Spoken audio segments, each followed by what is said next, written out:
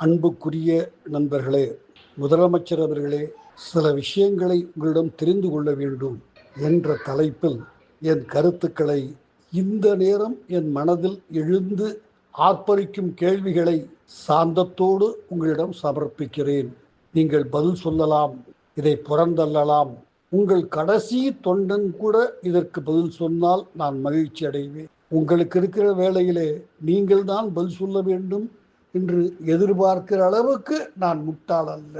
ஆனால் இவைகளை நான் கேட்டு தெரிந்து கொள்ள வேண்டும் என்று வெகு நாட்களாக எண்ணுகிறேன். கிட்டத்தட்ட என் கனவு என்று கூட சொல்லலாம். கனவை சொல்லுங்கள் என்று நீங்கள் கனிவோடு கேட்ட காரணத்தால் இதை நான் வெளிப்படுத்துகிறேன். கனவு என்றால் சமீபத்திலே ஒரு நடிகை திருமணம் செய்து கொள்ள வேண்டும் என்று அசால்ட்டாக பேசினாரே, அத மாதிரி அல்ல. இன்னொரு மனிதர் உங்கள் கட்சியைச் சேர்ந்தவர், அதே பகுதியைச் சேர்ந்தவர், திருநாமத்திற்கும் திருநீருக்கும் ஒரு அழகான விளக்கம் கொடுத்து பதவி இழந்து போயிருக்கிறாரே, அது மாதிரியும் அல்ல. இந்த இரண்டு பேரும் ஒரே ஊரைச் சேர்ந்தவர்கள். அந்த பகுதி செய்கிற அல்லது அந்த பகுதியவர்களுக்கு உண்டாக்குகிற எண்ணங்கள் போகட்டும். ஒன்று, நீங்கள் கிட்டத்தட்ட ஒரு 3 ஆண்டுகளுக்கு முன்னால் சொன்னீர்கள், இரவு படுத்தால் எனக்கு தூக்கம் வரவில்லை, கட்சிக்காரர்கள் எப்படியெல்லாம் நம்மை மாற்றி விடுவார்களோ, எழுந்தவுடன் நமக்கு எந்தவெல்லாம் காத்திருக்குமோ, என்ன கெட்ட பெயர் வருமோ, எதற்கெல்லாம் நாம் பதில் சொல்ல வேண்டியிருக்குமோ என்று நான் தூங்காமல் தவிக்கிறேன். ஐயா, இது உங்கள் கூற்று. ஒரு 3 ஆண்டுகளுக்கு முன்னால் நீங்கள் திருவாய் மலர்ந்தருளியது இப்போது அது சரியாகிவிட்டதா? நீங்கள் நமக்கு எந்த கெட்ட பேரும் நம்முடைய கட்சிக்காரர்கள் உண்டாக்க மாட்டார்கள் என்ற நம்பிக்கையோடு சாந்தமாக உறங்கச் செல்லுகிறீர்களா? எங்கள் முதலமைச்சர் மீது உள்ள அக்கறையில்தான் நான் இதை கேட்க விழைகிறேன். அதை புரிந்து கொள்வீர்கள் என்று நான் மனமாற நம்புகிறேன். போகட்டும். அடுத்து ஒரு திரு பழனிவேல் தியாகராஜன் அவர்கள், அவர் நிதியமைச்சராக தமிழ்நாட்டில் நியமிக்கப்பட்டவுடன் கொஞ்ச காலம் அவர் கால் தரையிலேயே படவில்லை. தான் ஒரு அறிவு ஜீவி, அதனால்தான் இந்த பதவியில் தன்னை நியமித்திருக்கிறார்கள் என்று அவர் மனமாற நம்பினார். அப்படி நம்பியது மட்டுமல்ல, அந்த தெனாவட்டில் சில கருத்துக்களை வெளியிட்டார். ஒரு மிக முக்கியமான கருத்து, ஒரு நாள் காலையிலே சொல்கிறார், ஒவ்வொரு தமிழ்நாட்டு குடிமகன் மீதும் ஒரு 1,80,000 ரூபாய், அதுதான் என்னுடைய நினைவு, தவறாக இருக்கலாம், என்னை மன்னித்து விடுங்கள், கடன் இருக்கிறது என்று. அன்று மாலை நான் தந்தி தொலைக்காட்சிக்கு போயிருந்தேன் விவாதத்திற்கு. என்னுடன் என்னுடைய செக் புக்கையும் பேங்க் பாஸ்புக்கையும் எடுத்து கொண்டு போய் இரண்டையும் காண்பித்தேன். இதோ பாருங்கள், இது செக் புக், என் பெயர் அதில் போட்டிருக்கிறது, இது பாஸ்புக், எவ்வளவு பணம் இருக்கிறது என்று பார்த்து கொள்ளுங்கள். நான் என் மீது இருக்கிற கடனை 1,80,000 ஏதோ ஒன்று, அதற்கு நான் அரசாங்கத்தின் பேர் செக் கொடுத்து விடுகிறேன், கடன் அடைத்துவிடும், நான் கடனாளியாக இல்லாமல் மாறிவிடுவேன். தமிழ்நாட்டுக்கு மேல் இருக்கிற கடன் ஒவ்வொரு குடிமகனும் கட்ட வேண்டும். ஒவ்வொரு குடிமகன் மேலும் அந்த கடன் இருக்கிறது.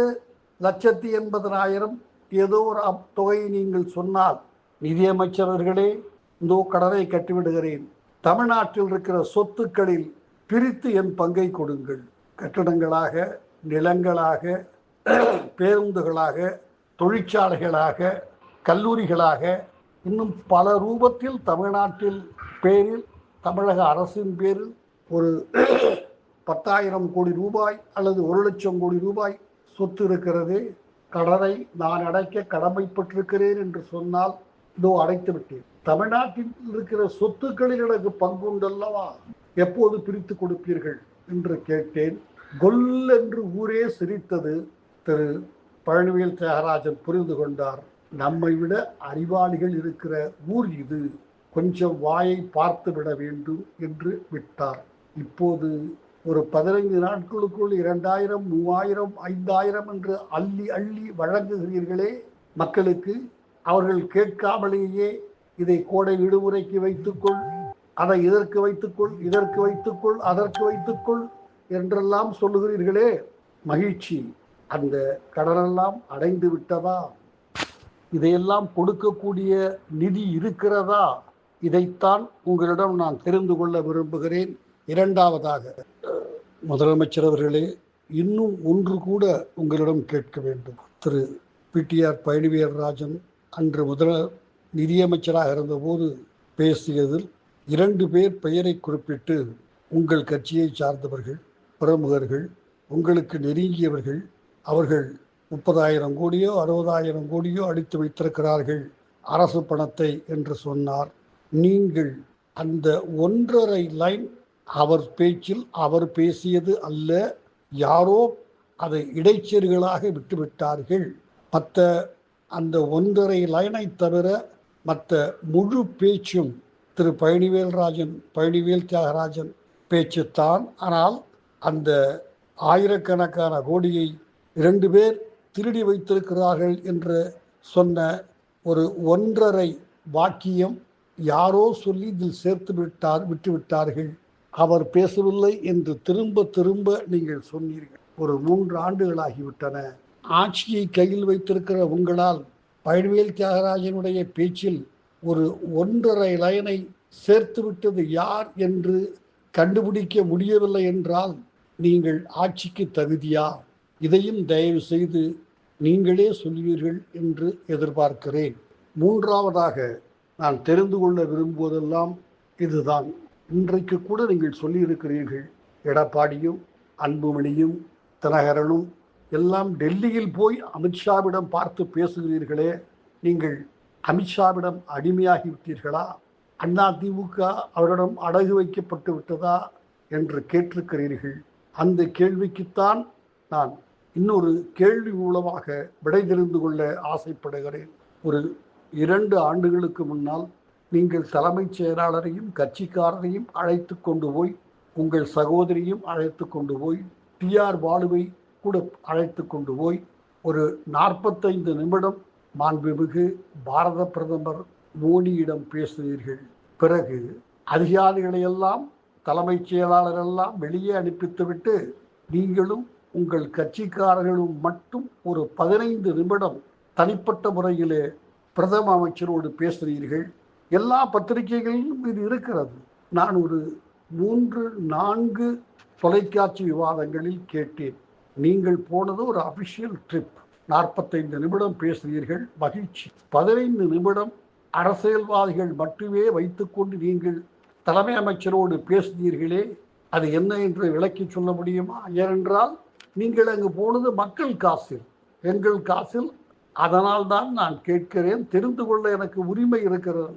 ஏன் சீஃப் செக்ரட்டரி அனுப்பித்துவிட்டு அதிகாரிகளை வெளியே அனுப்பித்துவிட்டு ரகசியம் பேசுகிறீர்கள்? எந்த பேசுகிறீர்கள்? நீங்களும் உங்கள் கட்சிக்காரரும் டிஆர் பாலுவும் உங்கள் சகோதரியும் என்று கேட்டேன். ஒரு 3-4 தொலைக்காட்சி விவாதங்களில் அதை கேட்டேன். இன்னும் சொல்ல போனால் திரு செல்வனிடம், ஒரு தொலைக்காட்சி நடத்தி கொண்டிருக்கிற திரு செல்வனிடம் மீண்டும் மீண்டும் கேட்டேன். அவர் திரும்ப திரும்ப பதில் சொன்னார். உங்களிடம் கேட்டு முடித்த பிறகு அடுத்த கேள்வியை திமுகவிலிருந்து இன்னார் வந்திருக்கிறார், அவரிடம் கேட்பேன், நானும் கேட்பார் என்று எதிர்பார்த்தேன். இன்னும் நான் கேட்ட பிறகும் ஒரு 15 நிமிடம் நிகழ்ச்சி நடந்தது. ஒரு வார்த்தை கூட இந்த 15 நிமிடம் தமிழ்மணி தெரிந்து கொள்ள ஆசைப்படுகிறாரே என்ன நடந்தது என்று கேட்க அவர் கார்த்திகை செல்வன் தயாராக இல்லை. கார்த்திகை செல்வன் மட்டுமல்ல, உங்கள் அரசாங்கத்தை கண்டு ஒரு 60-70 ஆங்கர்கள், தனியார் தொலைக்காட்சி நடத்துகிறவர்கள் பயப்படுகிறார்கள். விளம்பரத்தை நிறுத்திவிடுவீர்கள் என்று அஞ்சுகிறார்கள் என நான் கருது. அந்த ஒரு கேள்வியை கேட்கவே இல்லை. அதனால்தான் பல தொலைக்காட்சிகளுக்கு நான் போவதை நிறுத்திவிட்டேன். ஆளுங்கட்சியிடம் அடிமையாக மண்டி போட்டு சலாம் போடுகிற தொலைக்காட்சிகளுக்கு போய் நேரத்தை வீணாக்க கூடாது என்று பல தொலைக்காட்சிகளுக்கு போவதை நிறுத்திவிட்டேன். இன்று வரை திரு கார்த்திகை செல்வன் அந்த கேள்வியை யாரிடமும் கேட்டு பதில் வாங்கவில்லை. நீங்களும் பெருந்தன்மையோடு அந்த 15 நிமிடம் இந்த பின்னணியிலே நான் தலைமைச் செயலாளரை மற்ற அதிகாரிகளை வெளியே அனுப்பித்துவிட்டு எங்கள் குடும்பத்தாரும் கட்சிக்காரர்களிடம் தலைமை அமைச்சரிடம் இதைத்தான் பேசினோம் என்று சொல்ல தயாராக இல்லை. இப்போதாவது சொல்லுங்கள். நாங்கள் தெரிந்து கொள்வோம். தமிழ்நாட்டில் இபிஎஸ் மற்ற தலைவர்கள் எல்லாம் டெல்லிக்கு போயிருக்கிறார்கள், டெல்லிக்கு காவடி எடுக்கிறார்கள். அங்குதான் கூட்டணி யாருக்கு எவ்வளவு தொகுதி என்று முடிவாகிறது என்றெல்லாம் குற்றம் சாட்டுகிற நீங்கள் ஒரு 15 நிமிடம் தனிப்பட்ட முறையில் என்ன பேசுவீர்கள் என்று நாம் தெரிந்து கொள்ளக்கூடாதா? தயவு செய்து சொல்லுங்கள். இதுவும் என் கனவு தான்.